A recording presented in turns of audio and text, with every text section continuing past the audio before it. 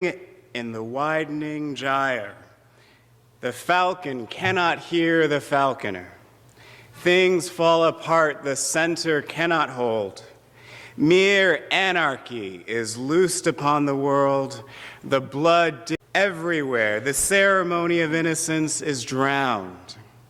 The best lack all conviction, while the worst are filled with passionate intensity.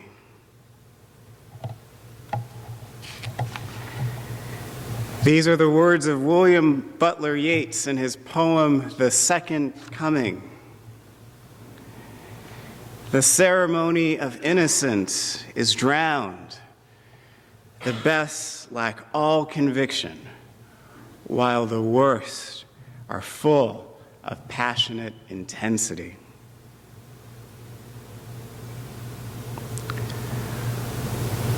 What could be more innocent than an evening out with friends at a concert hall, the Bataclan? Halfway through the performance, explosions ring out. People begin to fall, and everything falls apart in an instant. What could be more innocent than shopping at a suburban marketplace outside of Beirut, when suddenly the blood-dimmed tide is loosed everywhere? In each instant, whether in Lebanon or in Paris or in any number of places all around the world, on Saturday, Friday, Thursday, or any day, our illusions about safety and security are shattered. We are living in an apocalyptic age and an apocalyptic place where violence is let loose upon the earth and the worst are filled with passionate intensity. Everywhere the ceremony of innocence is drowned out, and we are shaken from our comfort. But that is not the whole story. Thankfully, it's not the whole story. It's not even half the truth, because we are also living in a time of possibility. We're living in a moment when we can recommit ourselves to the work of creating resilient communities, beloved communities, sites of healing and of growth. Wars will not end, but our desire to seek peace in our world, in our nations, in our cities, in our neighborhoods, in our homes, and even in our own hearts should not end. Back in October, when I was thinking about a title for this service, War Without End, I thought that it would actually be a clever play on words. Words taken from a Christian doxological formulation, doxology, a song of praise. And that phrase is world without end. World without end. It's a triumphal punctuation on a statement that leads us to understand that there will come a point in time when the Christians will be victorious, ushering in a theocracy, a world without end, offering peace without end. I thought it would be a play on those words, and also a play on our own history as a country, the United States, a country for whom 239 years of our history, 222 of those years have been spent at war. That's 93% of our history as a nation spent at war. Of course, this is a world with war without end. And this says nothing about the entire history of humankind on this planet. Peace is something that couldn't be more alien to us. But it's something that we need so desperately. So desperately. And it has to be something that begins with ourselves, with a conversion of the heart. It also has to be something that begins with a change in how we respond to acts of violence. So we heard on the television the French president, François Hollande, say in so many words that we are going to respond with the utmost vengeance, with the swiftest vengeance. We heard our own president echo those words. The entire Western world is going to raise itself up and descend upon the Middle East to mete out this vengeance on the group we know as ISIS. And that is exactly what ISIS wants. And here's why. They, like the fanaticism that inspires Christian triumphalism in a world without end, is the same fanaticism that motivates Islamic fundamentalism of a world without end. This idea of the Western world descending on the Middle East with its armies feeds into Quranic prophecies about the end of the world, the apocalypse. It's a way of speeding things up. If we can get all the right players in the right place at the right time, poof, the end of the world. Poof, apocalypse. The return of the prophet. And this should be absolutely terrifying to everyone. That is not a world we want to live in.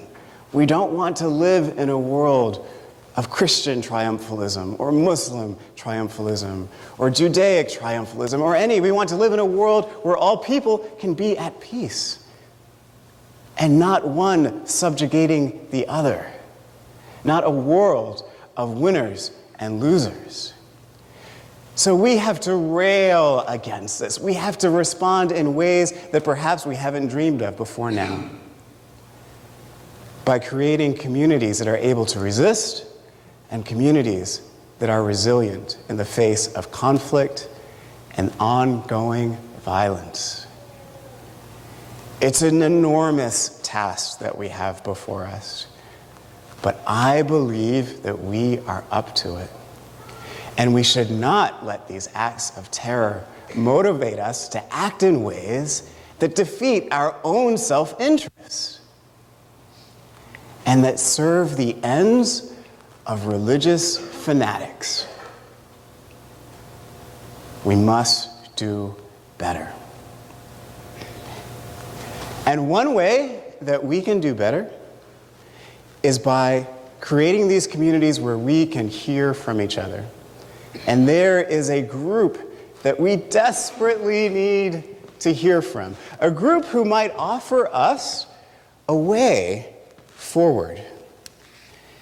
And it's a group that I've actually had a long affinity for and with. These are veterans. There's always been something attractive to me about veterans. And I think that that is because I recognize in their experience something of my own experience. I see in their wandering souls glimpses and reflections of my own wandering soul trying to find a place called home. Home has always been a complicated place for me. A place where I'm not sure that I could go back to for various reasons, none worth mentioning now, but an experience very similar to veterans who are often far away from home long after they've returned from conflict.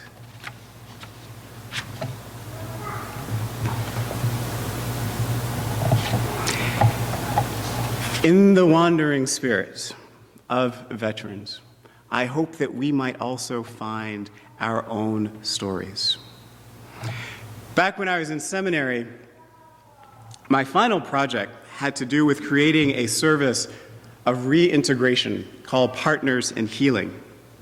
And it was an opportunity for those who are coming back from war, specifically the Iraq and Afghanistan wars that are ongoing, to experience something like a homecoming, a place where people can hear from them, patiently, learning their stories, difficult stories, increasing our capacity to hear, and more important than that, through our actions, through occupying the same space at the same time, showing that we are inextricably linked in a web of life.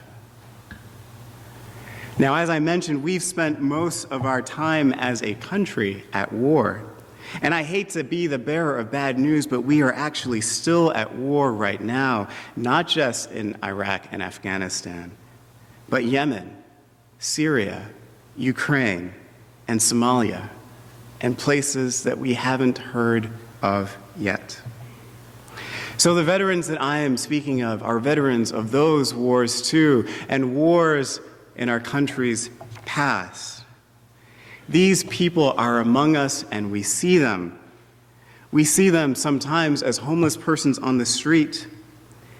In the drug rehabilitation programs, we might hear of their stories on the newspapers, stories of people overcome by grief, who lose their lives to suicide. And we also see them and not recognize them as the women and men we pass who hold on to invisible wounds and difficult stories, hidden scars, burdened alone with the memory of war. My interest in veterans has to do with the fact that war impacts all of us. But we live in a society today that would allow us the comfort of denying that, of pretending that it doesn't exist until it explodes on television before our eyes or we read about it in the newspapers. But this ongoing conflict, this war without end, injures all of us. The Unitarian Universalist writers Rita Nakashima-Brock and Gabriella Latini described this injury as a moral injury, an injury that requires healing for all of us. In their book, Soul Repair, they describe this moral injury as coming from the fact that war exposes us to the lowest levels of humanity, to no humanity, to the ideas of kill or be killed, to the reality of seeing our friends and comrades disappear before our eyes in a cloud of smoke, fire, and ash. To the idea that the world is not a reliable place that we can trust and depend in. A world filled with anguish. This is what war does, and that is how we are all injured morally by it. War hurts the soul. But we come to places like this to heal the soul. And we do this when we hear from each other, allow ourselves to be open to the experience of others, the experience of veterans. We do this by raising our awareness, by seeking out the information that is often denied to us, to speak out against the wars that are ongoing in our name, and more importantly, by accepting the responsibility that we all play in perpetuating those wars through the actions of our elected officials. Brock and Latini, the UU writers, they say that we cannot turn back the clock to pre-war times. Those times don't exist. We cannot bring back the dead. We cannot undo atrocities. And we cannot undo environmental destruction. But what we can do is we can hear from each other. We can make room for each other with patience, kindness, and an open heart. We can learn to listen to what might be very difficult experiences, very difficult stories, worlds that we just cannot understand, worlds that exist on the battlefield. We can listen without judgment, being patient with the silence, leaning into the confusion, the grief, and often the shame that accompanies those experiences. There might be veterans here today, and I want you to know, whether you've come back last week or 50 years ago today, that you are not on your journey alone. You do not bear the burden of moral injury alone. We are moving together, however slowly, to undo the wrongs of war that you've done in our name by our elected government. That we are moving towards greater honesty of our collective culpability. And more importantly, we as a community are recommitting ourselves to being in right relationship, restoring humanity to veterans and civilians alike. Because we can only go home if we go home together. The experience of veterans are our own experiences. And the skills that we need to learn are actually quite easy and right before us. Just this weekend, yesterday, I had the privilege of participating in a program sponsored by the Adult Spiritual Development that was brought to us by Rick Rhodes. And the leader of the program presented a model that is called community resilience. Community resilience. And my hope is that we can all work towards becoming a community that is resilient. And here's what that means. It means that we are developing the capacity to hear from each other very deeply, without judgment. That we are aware of ourselves and aware of the people around us. That we are able to look past the violence, past the destruction, and for our lives, look past the war to see a different way of being. It's a system where we are grounded, where we recognize that we stand on the earth and that we can draw strength from the earth. And I don't mean that in some mystical, spiritual way. I mean actually recognizing that we stand on solid ground and that we draw strength in so many ways from sources beyond ourselves. And those sources often are the people who we are in community with. And more importantly, this model encourages us to celebrate and to bring on new and more beautiful rituals that remind us of our deep connections to each other and to this world that we share, so that no one is ever made to feel separate or alone, whether they be veterans or civilians, Americans, or from countries all around the world. How beautiful is it that we are sitting in this sanctuary that is decorated in all of these beautiful flags? Flags that represent all of the countries that celebrate Diwali, the Hindu festival of lights. But there's a sad story in each and every one of these flags. Many of these countries represent former English colonies where northern Indians were transported as indentured servants after the British ended the slave trade in the 1830s.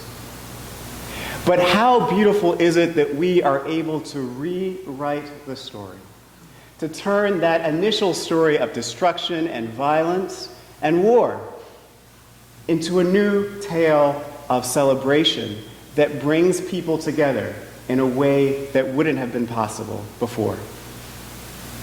It is up to all of us to rewrite the story and to create places where those stories can be told. And those are communities of resilience. That is what we are in the process of creating. That is what we ought to create if we want to experience a world with peace.